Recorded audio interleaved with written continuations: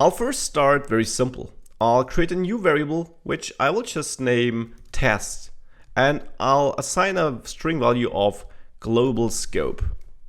This variable indeed is registered in the global scope since, well, I'm just writing it here and this by default is the global scope. Therefore, I'm of course able to just log it out like this, and it shouldn't be surprising that we see global scope being printed to the console. Now, if I create a function and I name this function local scope, just an arbitrary name here by the way. If I try to print out test inside this function, and I get rid of this printing here, and then I call this function, of course, otherwise nothing will happen for sure. What do you think we'll see in the console? We see global scope, because as I said, you are able to use global elements inside a function, so this direction is opened, but you're not able to use elements from within this function outside of it, and I'll show that in a second. So global scope can be printed here since we can access test. What happens if I create another variable in here, test, where I say local scope? What do you think we'll now see if I click run? We see local scope.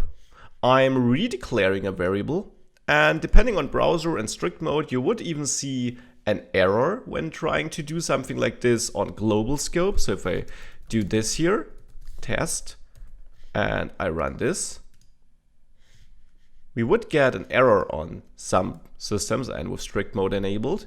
So it doesn't throw an error if we do it inside local scope inside a function, because this is what I meant. This function has its own scope and it has its own registry, therefore, if you want to think of scope like this, where it registers this variable. Now I am able to use the test variable from the global scope as I just showed, but I can override this and set my own variables. The question is, if I now print test here on the global scope again, notice that I'm redefining it in the function. And then I'm calling the function. So what do you expect to see when I reach this line? What will get printed to the console? Local scope and global scope. Local scope, of course, comes from this console log statement, whereas global scope comes from here. Because as I said, this variable is only available within this scope here inside the function. Therefore, test here isn't overwritten. And if I get rid of this first test variable, so we have no test variable on the global scope, what do you think will happen now? Well, now we simply get an error that test isn't defined, because again, we don't have access to this variable. It doesn't flow out of the local scope, it stays inside it. Something interesting happens if I remove the var keyword. What do you think will happen now? Now all of a sudden I don't get that error, but instead I see local scope here as well, even though I still don't have the test variable outside of this function. So what's happening here? Well, that's a behavior of JavaScript which is possible if you're not using strict mode.